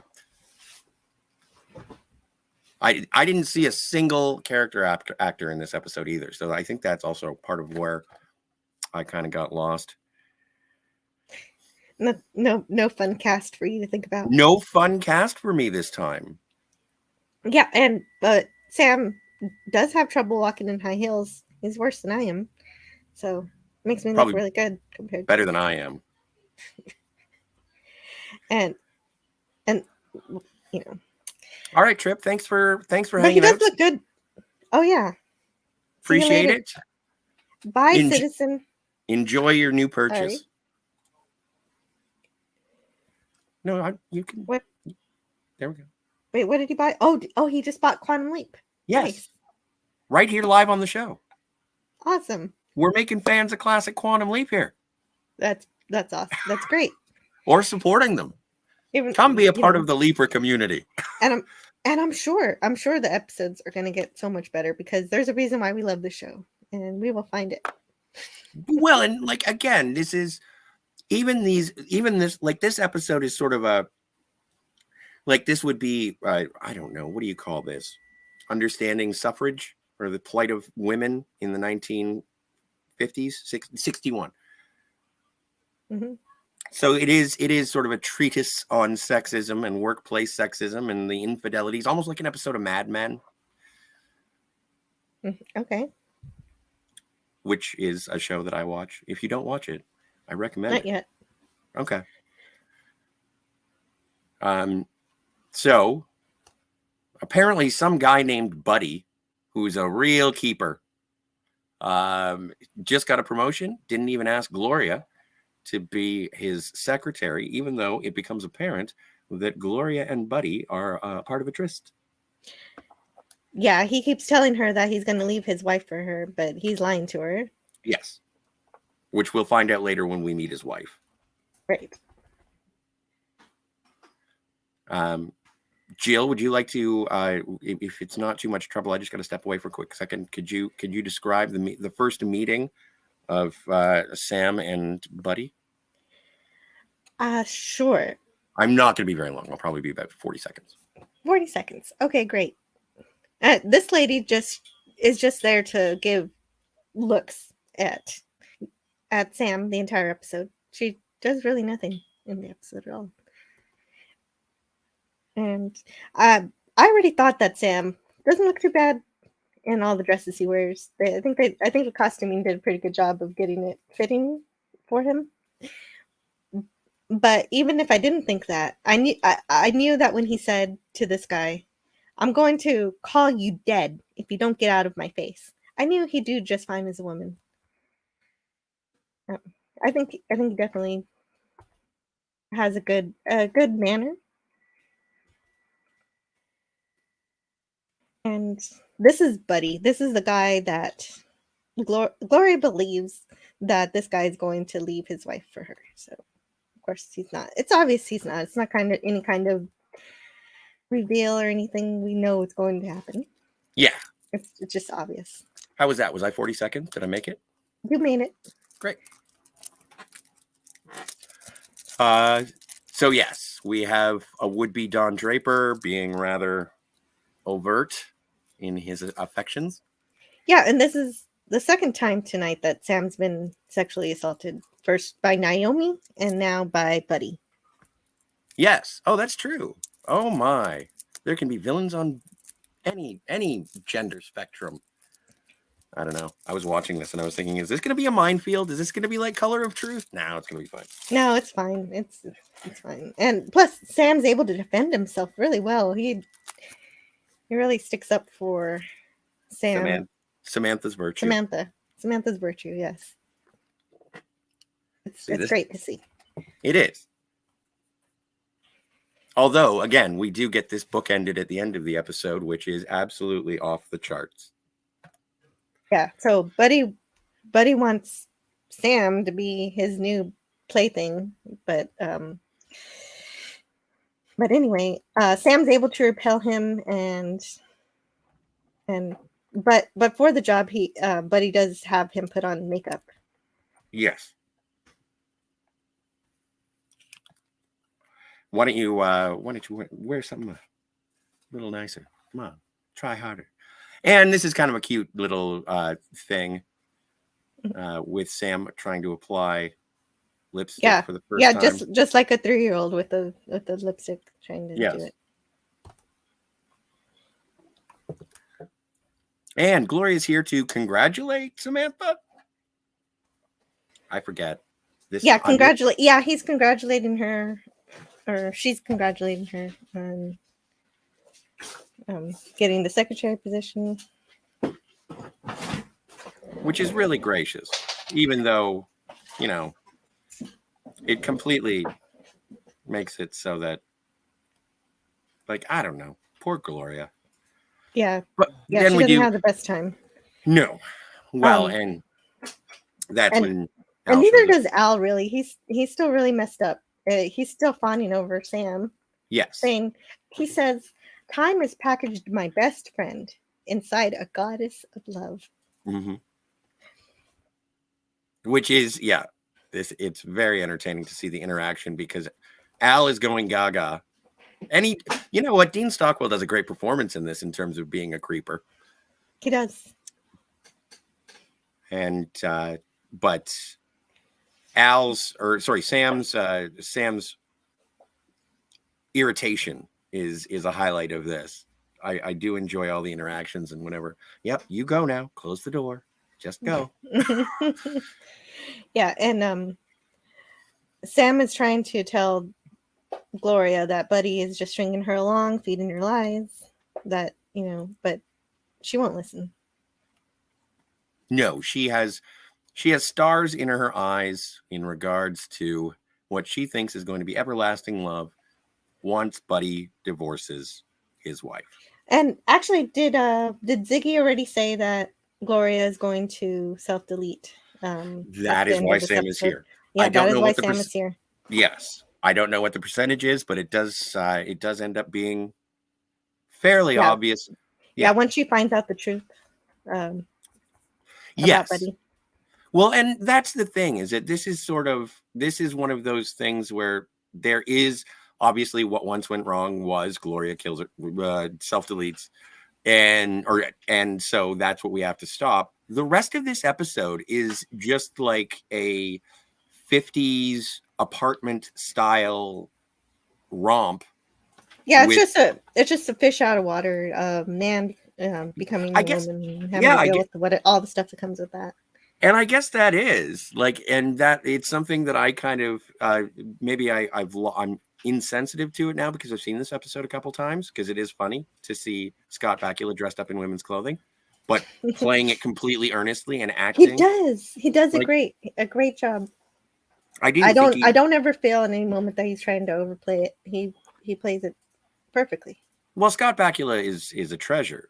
So, and he does, like, this is part of the reason why he's like my favorite Scott. I am my second favorite Scott after Scott Bakula. So, like, he's just amazing in this in terms of maintaining, like, he does go like, I can't believe I'm a woman, which is, scientifically very interesting. The fact that he can actually leap into a woman. Yes, That they don't ever explain it. Yeah, I would like to know more, but I don't think you have to explain it. I no, I think this guess is one so. of it's one of those implicit things that people are people. Like whatever Right. is the life energy that is transferred between the Well, leapy and the I don't leaper. question the possibility of it. I just want to know. If he, how he pees. Yes. But I do like here one of the best lines in this episode is I've come to the conclusion that women are part masochist, referring to all of the things that they wear, the bras and the stockings and the tight Yes. skirts and the shoes. And I actually like those things except for the shoes because I prefer my feet not to feel like death. Well, and that later on, it is commented upon when Sam is wearing comfortable shoes, and it's like you're going out in that. What are you doing? Oh, but they're admiring. No, I love tennis shoes with the dress. I don't understand Oh no, totally. the I wear Chucks with a tux. controversy. Yeah, I don't care. Right. Delic451 says she's naive as heck, and it does lead to her trying to off herself. I don't even know if that might be too close. I think the self-deletion. Oh, and they do actually. You know what? They do actually. Al says Harry Carey time, so they do refer to it in several different ways. And this is where, so Gloria has her emotional meltdown. Yeah. Sam tries to I mean, it's the support same her. story in every scene until she figures it out. Exactly. It is the exact same thing. It's basically, this is, it's a quantum leap. It just goes over and over and over. But yes, and then this is, you know what? Oddly, a weird environmental shoehorn. Yeah. So Buddy doesn't appreciate it when Sam is asking about the fuel economy of the Cadillac he's trying to sell. So he sends her for coffee. Yes. Well, and also and it is a very, in terms of his pitch, it's not very impressive in terms of what do people want from cars? The same thing as ever. No innovation. What are you doing? You're not moving forward. And they do take some shots at the Edsel. Are you familiar with the Edsel? Tell me. So the Edsel was a car that was released in the late 50s, I think. And it was horribly received. It was a dud. It was considered a financial disaster. And remember the episode of The Simpsons where Homer designs a car? It's worse than that, but in real life. And so they discontinued it after a year, and they took a bath on it. Tiger Stripe says yes, the Ford Edsel, named after, I believe, the son of Ford at the time. But yeah. And so they're saying we got to do something to liven up the automotive industry, and nothing like the Edsel. Don't do the Edsel. And so it was just a horrible, horrible failure. Oh, okay. Yeah, this one just gets 7 miles to the gallon, and he thinks he solved it by just making it a 40-gallon capacity car. Which is interesting because how much does it cost to fill it up? Very topical. $12. Which I don't know. You know what? I should have looked up the I think it was about 30 cents, but I forget it precisely. No, I'm you know how you adjust for inflation and find out what $12. I can do that right now. Oh, yeah, that's easy. Yeah, but I will. And so $12 to fill it up. But before I go and jump on the Computron, Edsel is a discontinued division and brand of automobiles that was marketed by the Ford Motor Company from 1958 to 1960 model years, and was financially a horrible, horrible situation. Let's see. Let's adjust for inflation if you want to continue. Sure. So Sam sent for coffee, and Buddy wants it hot and sweet, like he likes his women. God. Come on. It's awful. And Sam is getting the coffee. So, and Sam is telling Gloria that he just wants a beer and a movie. And Gloria takes that to mean that's his time of the month. I thought that was kind of funny. Because now I know that Sam wasn't even thinking of the possibility of that happening. Maybe that'll be another episode when Sam leaps into a woman again and he'll end up inventing the Diva Cup. Holy crap, Jill. Do you know how much $12 in 1961 would have been? 1961, maybe $100. Very good. Closest without going over. Price is Right rules. It's $116.71 in 2022. Can you imagine that car? That's not, no, I wouldn't buy that car. Yeah, no, me neither. It's nuts. But I do have to go for just a minute. Absolutely. But I will be at my computer. I'll move the slides as you need them. Just let me know. Sounds good. I'm gonna be just off for a minute. Sounds good. Skogli Attune, thank you so much. I like mine cold and bitter. Your coffee or your women? You'll have to let me know. So there is back and forth office politics. Sam feeling underappreciated and not listened to as it was at the time for the ladies. Gloria being there. I think I dozed off during this part. So next line. It just ends up being chasing people around tables. Sam getting used to high heels. At one point, he takes off his shoes because he has to run for a bus, and he is objectified, or she is, Samantha. I mean, it is interesting to see Sam react.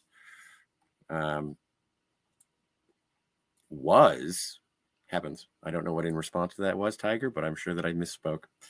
But objectified throughout. And, you know, the weird thing is that the vibe that Sam Becket is putting off under the guise of Samantha Stormer, which does sound like an adult industry name now that you mention it. She puts off the vibe that is like that sarcastic bemused that is, you know, my jam. So I can kind of understand. I wouldn't be so forceful, but I do think that Samantha is an attractive chick with an attitude that would entice young men in Michigan in 1961, if I may say.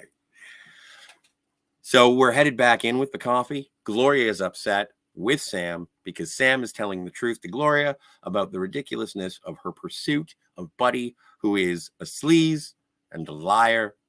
And Sam knows that Gloria is on a path to self-destruction. So that is unfortunate. This is one of those times that I was resting my eyes while watching the episode. And this is also one of those times while I'm narrating the show and I'm like, you know, we should pay more attention for Jill next time. No, it's okay. Gloria wants Sam to go to the movies so she can have the apartment to herself and Buddy. Right. And I think this is where that's all you're missing. And that's, yeah, okay. So she's got to do that, but it's been a long day of being sexually harassed. And she goes home to put her feet up briefly to change before she goes to the movie. But unfortunately, she's late from work. Gloria's all upset. You said you were going to the movies. Buddy's going to be here almost immediately. And yeah, Sam has to drop the Iron Maidens. The Iron Maidens, referring to the torture devices that are high-heeled shoes. Yes, very lovely. And Gloria looks great. I don't know why Buddy brings his dog. Right, Bubbles? Bubbles the dog, everybody. It's Bubbles. I don't know. Just to have someone to bark at Al. Oh, that's true too, and which is something else that we discover somewhat scientifically. And I guess we've already had animals react to Al before, so that's okay. Yes, Al is seen by the animals. This part of the episode doesn't really make any sense to me because I do recall Buddy saying, I don't remember you saying that you guys were roomies. So how long have Gloria and Buddy been together? That A, they haven't consummated their relationship, or well, B, they probably have, but not at her apartment, apparently. Well, why would they go to his house? He's a married man. But his wife is okay with it. We don't know that yet. Yeah, I know we don't know that yet, but I'm spoiling it now. Okay. But that doesn't mean that he's like. I think that there's a certain level of discretion. Yeah, right. Probably. It's not like, hey, honey, do you want? Like, he would never ask his wife to go see a movie because he's going to go bang his mistress. Yeah, that's fair enough. You're right. So it's just a weird plot thing where it's like, okay, I guess it's to cause a little bit of tension in the This whole situation. episode is a weird plot line. Yeah, like it's just a child with a crayon zigging and zagging all over a coloring book page. Dalek says, the dog's name is Bubbles? Ha! That's hilarious. It is. And even Sam makes comment of it. Saying, of course, Buddy has a dog named Bubbles. Mm-hmm. Sam's trying to explain, Al's trying to explain what's going on. Yeah, why Gloria is falling for that guy. But I don't know. No, but it's also just another reason for Al to oogle Samantha. Right. And so he decides to leave.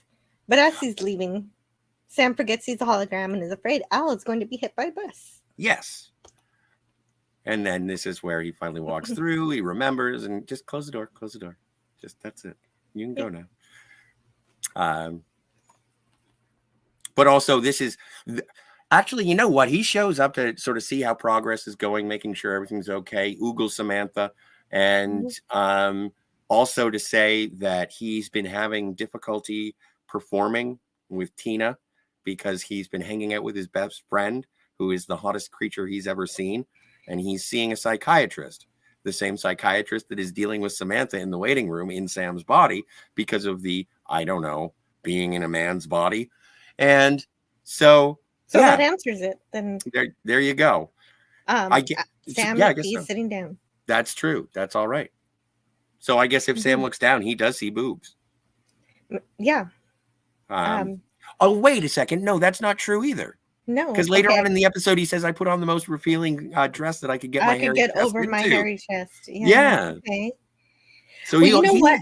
Maybe he is Samantha, but he sees and feels himself as some kind of defense mechanism for his brain, so that he doesn't get disoriented from, Yeah. He has to be all these other people, but to himself, he gets to still be himself. I do appreciate Tiger Stripes in the chat saying it's pronounced Ogle. It's not like Google minus the G. Tiger Stripes, I'm just gonna have to say that I enjoy mispronouncing it because when you call it Oogle, it sounds so much dirtier. So I'm gonna stick with Oogle. If it does frustrate you, please send all of your criticisms and suggestions. Could say Ogle, right? I could say it. I just find it's like it, and on a completely different. It's like when people are always entertained when I call it porno instead of just porn, because I think porno sounds cuter. Okay. Either or is fine. Yeah, I know, but I'm just, sometimes I mispronounce things or make them sound silly because I find it entertaining for me, and that's really what I'm here for. Dalek says, also, yes, it's confirmed many times that animals can see Al. Yeah, because there have been quite a few farm episodes, so we have seen that. Tiger Stripes is correct in her last statement. Tiger Stripes says, that's gross and pervy. With Oogle? Yeah, that's the sound. And porn is never cute. No, I know, but that's the thing, is shaving off the corners of something that is not that great. Oh, but also Tiger Stripes has to leave. Bye, Tiger Stripes. I hope I didn't offend you. Yeah. I was just being silly. I'm not trying to make a moral statement. Yeah. Just being goofy. Have a good night. He's goofy. You are. Is this one of those times that you're supposed to yell at me and start acting like an adult? Yes, I think so. Okay, I think it is too. I'll pencil that in for further reflection and improvement upon my broadcasting abilities. Oh, no, it's fine. It's more about correcting my vocabulary. Anyway, so it is the morning after, and Gloria and Buddy have had a night of raucous extramarital sex. And apparently there's a pervy guy across the street. Gloria's feeling particularly attractive and is going to allow him to ogle her. Yeah, and she says that she's usually taking Sam away from the window. Yes, being very out of character. Samantha does not cook, is never out of bed before noon on a Saturday, and she's the one titillating the weirdo across the street. So apparently, Gloria is all a Twitter because Buddy is going to be leaving his wife after the holidays. It is 2 months away from Christmas. And Gloria's like, yeah, but Thanksgiving is in a month. And then there's Christmas, New Year's, Valentine's Day, President's Day. And then the 4th of July. You can't break up on the 4th of July because it would be awfully un-American. Right. Yeah, and he has a point, or she has a point. I don't know. Well, no, And this is also. You don't go ahead. No, it's fine. I don't think that it's unreasonable for Sam to be like, seriously, you're going to wait 2 months? If you are in love and you want to transfer your sort of arrangements, which there's no reason to wait. Exactly. Like, just get it done. Rip it off like a Band-Aid. Mm-hmm. But again, as Dalek said, Gloria is naive and thinks everything is going to work out. Right. And so Buddy takes advantage of that and keeps lying to her. Yes. And just strings her along while also pursuing Samantha, which, I don't like this Buddy guy. I don't like him either. And it's revealed that the same thing happened to Samantha, that some other married man named Tony said he'd leave his wife for Samantha, but didn't. Yeah. Right. So Gloria thinks that Samantha is projecting. Yes. And so she runs away and pouts in her room. And Sam cheers her up, and they agree to go on blind date. Yes. For some reason. I don't know. I think it's something that their parents set up or something. I don't recall. Yeah, neither was I. This is the best review show around, guys. We had this episode on in the background. Oh, but it is raining. This is the night. There's your feet. There's Scott Bakula's feet in pantyhose.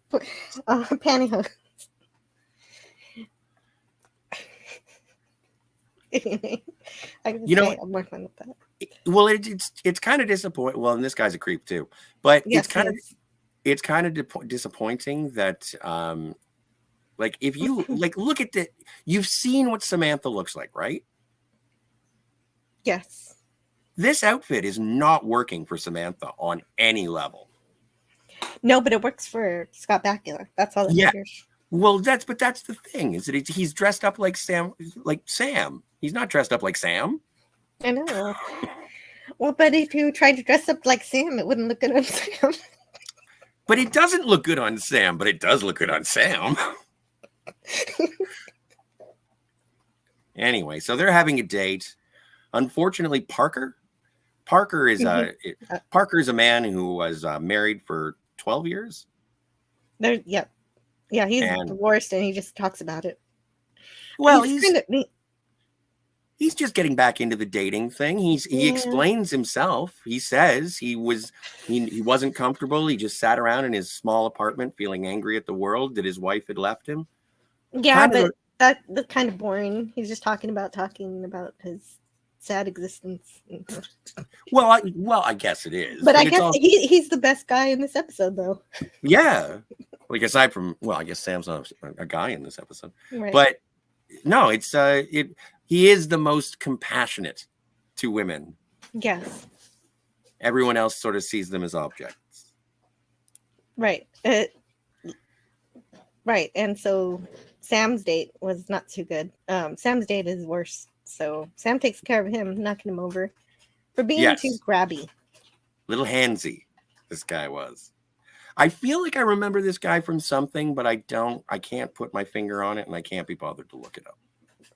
I can look it up if you want. If you want. Nah. No, you don't have to. He seems familiar. Maybe he reminds me of someone else. So anyway, Sam goes to the bathroom and pretends to go to the bathroom, says he wants to go alone, finds a bank of telephones so that he can have a conversation with Al without looking like a crazy person. Way to go. That's pretty smart. It is. It's not something that happens often. No, usually he just talks to Al out in the open and everybody. Like a crazy person. A crazy person. And then somebody off to the side says, look at that crazy person talking to himself. what do we figure out here? Oh, we figure out that no, wait, what is going on? Well, Is this more? Sorry. We figure out that Ziggy says that this is the day that Gloria is going to take her life. Yes. And so while this is going on, while Al and Sam are having the conversation, trying to figure out when it happens, where it happens, how it happens, why it happens, it all happens. So as Gloria and Parker are sitting with Creepo McCreepy, and he's explaining his sad life, Buddy and his wife show up to the same restaurant, and Gloria thinks it's a great idea to head over to Mrs. Buddy and say, I'm going to help with this transition in your divorce and do everything possible to make it easy on the kids. How utterly naive. Mm-hmm. Introducing yourself as if this is some sort of tea social. Hi, I'm the guy having sex with your husband, and I can't wait to make this easier on you. Yep. Doesn't make any sense. Agreed. So she tells him. Yeah, Buddy's wife knows all about his affairs, and she lets him have at them, and she says she has her own personal life too. And she tells Gloria that he's lying to her, just like Sam tried to tell her, but Gloria finally believes it coming from her. Yeah, exactly. And the callousness of Mrs. Buddy. Mm-hmm. Just terrible. Yeah, she doesn't care about anything. Also, that actress reminds me of someone, but I know it's not someone that I know. No. Still, Gloria. Don't blame me if I don't shake your hand. Exactly. You'll pardon me if I don't shake your hand. Yeah. So, executive wives and the loose industries of automotives in the 1960s. Anyway, Parker shows up and says to Samantha that Gloria ran out. There was a couple showed up. She went over to the table, obviously got very upset, and then ran out. And that's when Al says, well, looks like we're at, it's that time. Yeah, so Sam realizes she's left the restaurant and heads to the apartments. And there's a daring rescue. There is a daring rescue. It's a little, I don't know. It looks a little inside of a sort of, in adventure movies when you have to crawl across a very thin, a ledge like this, and then everything starts breaking away. It's where Tweety Bird and Sylvester would. Yeah, but then when it starts to break away, it's almost, all right, we got some false panels. It's raining hard. This is very dangerous. No one wants to die. I wonder if they cleaned any of this up. Did it hit anybody going the way down? The pipe off the wall, which I'm sure did something, gets ripped out of the wall, and Sam and Gloria are safely returned inside. And Sam makes Gloria some warm milk. Just like her mom used to do. Just like her mom used to do, and moms know best. And Gloria says, well, my mom didn't. Mm-hmm. She said to me that my Prince Charming was out there and he would come rescue me and we would get married and have babies and have a nice big house. And Al had already previously said that because Gloria is she's 27 years old, she should be getting preparing. She's feeling like her biological clock is ticking. Exactly. And then Sam is all agog. Women can have babies until they're 40. Exactly. But they didn't know that then, back in 1961. And so, or at least it wasn't as medically viable. But this is where the pep talk comes. And it's like, well, why are you a secretary if you don't want to be a secretary? That's how you meet guys. She says, what? You shouldn't do that. You shouldn't use your job to meet men. And yeah, right. She should be doing something that she enjoys. Exactly. She realizes that what she wants to do is design cars because she has an art degree. Which should put her in the design program. Exactly. And Sam says if she finds something that makes her feel good about herself, that she'll end up liking herself. And and if she doesn't like herself, then no one will like her either. So that's her motivation to improve her life and go do something that she actually cares about. Exactly. And so there's your hug and learn. And but still confusion. Now that we've averted the death of Gloria, what is Sam doing here still? God thinks that Samantha needs revenge. Right. And Sam does say, how very female. Or like Yeah, a woman, or something along yeah, those lines. something very Ferengi. Something very Ferengi. Good choice. So, oh, and also all the issues in terms of Al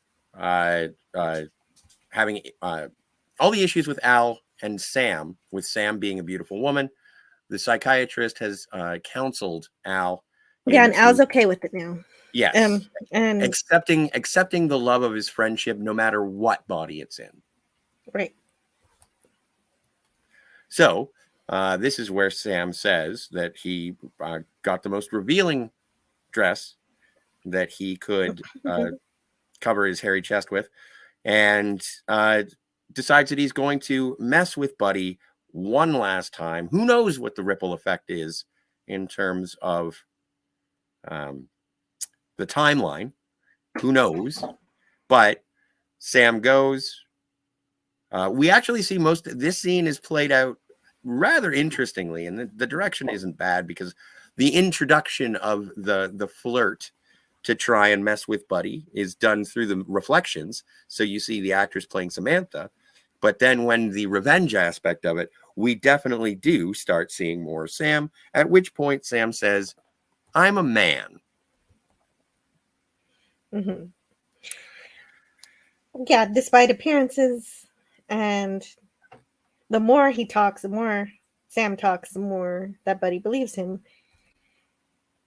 And says, I'm a man. Oh, did you do? And I'm sure it's a reference to some sort of early, for lack of a better term, sex change operation. She says, or he says, they say. I didn't look it up either, but I just sort of inferred. I could be wrong. Right. No, I think you're probably right. And so Sam says, yeah. Sam says, no. I didn't say I was a man. I said, I am a man. And then starts explaining things like the first time he saw a centerfold, or how he throws a baseball, walks like a man, stands like a man. Don't you notice any of this? And then says, I can throw a baseball like a man. Better still, I can throw a punch like a man, at which point Sam decides to solve the entire episode with violence. Punches him twice, he passes out, and yeah, and Buddy had he was just as uncomfortable as Sam was at the beginning of the episode, getting chased around and everything. Absolutely. There are a couple of homophobic undertones, but nothing too serious for 1989, I wouldn't think. No. I don't know. Looking back from 2022 to 1989, I think that this can fly. I'm fine with it helps when you don't pay too much attention to 2022. That's true. Dalek451 says, and now we have the craziest part of the whole episode, and that's one. And for this one, that's saying something. Absolutely. It is farcical. But then we get leaped out, thank heavens, and we find ourselves at a piano, wearing sunglasses, in front of a packed auditorium. And did we get an oh boy? I think we got an oh boy. Yes. Perfect. And that ends What Price Gloria? Yeah. So that's this episode. Yeah, that's this episode. It was better than the first one, but still, not the best. I was hoping for more from both of them. Yeah, and as I am with every episode of Quantum Leap, but I think that they were both morality plays, light on what we're here for, the science fiction and the history, much more of a fish out of water in a time period, which we're going to get. We're going to get much more of these. Yes, and I don't mind the fish out of water, but I want some science and I want some history. Well, and here's to hoping, and also if our inference, because I think you and I talked about this briefly just before we went on, because we weren't sure who he leapt into because of the confusion with Jesse. But are we assuming that next week he's going to be blind? Yes, I'm assuming that. I am as well, just based on the sunglasses. So that'll be interesting in terms of how we sort of navigate that science. And that'll answer our question as to who he is physically. If he can still Yes. see, then he's physically still Sam.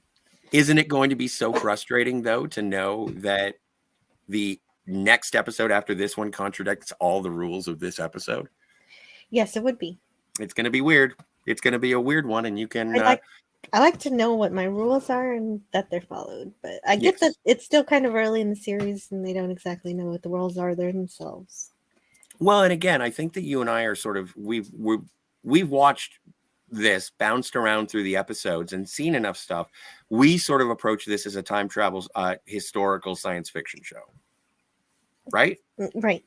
And I think that the thing that we both realized after we watched the first 4 episodes is that we're actually watching some sort of spiritual melodrama with aspects of science fiction and time travel. Yeah, essentially, yes. And so I'm hoping we do delve deeper into the stuff that you and I are here for, as opposed to continuing with the morality plays.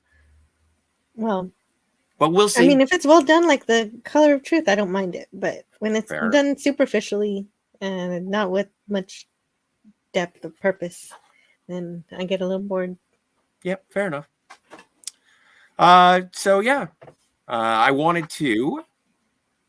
Well, first thing, I just wanted to say thank you to everybody in the chat who stopped by and who was here.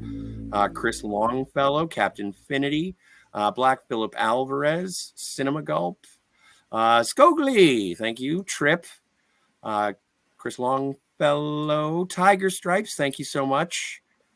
And of course, Dalek 451. Thank you guys. Cam, thank you so much for being here. LDG, thank you. Looking forward to the retelling. I can't wait to hear you tell the story of what happened on election night. And thanks again for letting me stop by there. Jill, what do you have going on the internet? Well, tomorrow is Friday. So I have my plumbing tea time where we'll be talking about Westworld and Future World. That reminds me, I have to watch these movies. Yeah, right. Me too. Yeah. And on Mondays, I go to Pop Culture Curators channel to talk about the animated series for Star Trek. And Tuesdays on my channel, I talk about the original series.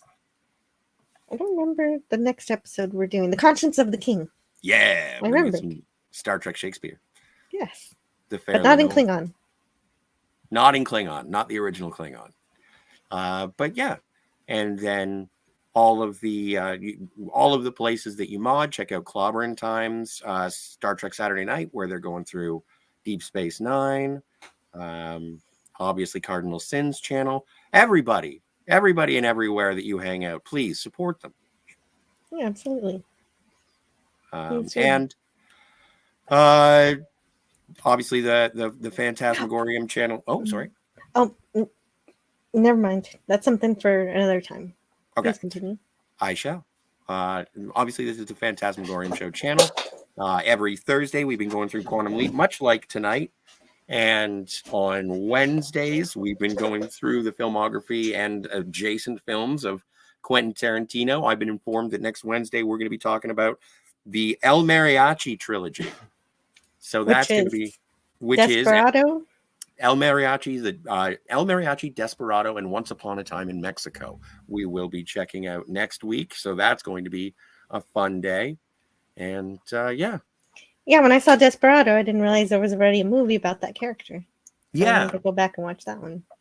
Well, and you know, I envy you because you're already one out of the way of the trilogy. So I'm gonna be going in a row. But yeah, so that is the Fantasmagorium Show. Thanks again to Steve for producing, and thank you, Jill, for being here. It's always an amazing time to be able to talk. Great. Thanks to the chat. Thank you to the lurkers. Thanks to everybody in the rerun. Don't forget to like, share, and subscribe. Do you want to say the thing this week? Yes. Okay. Oh boy.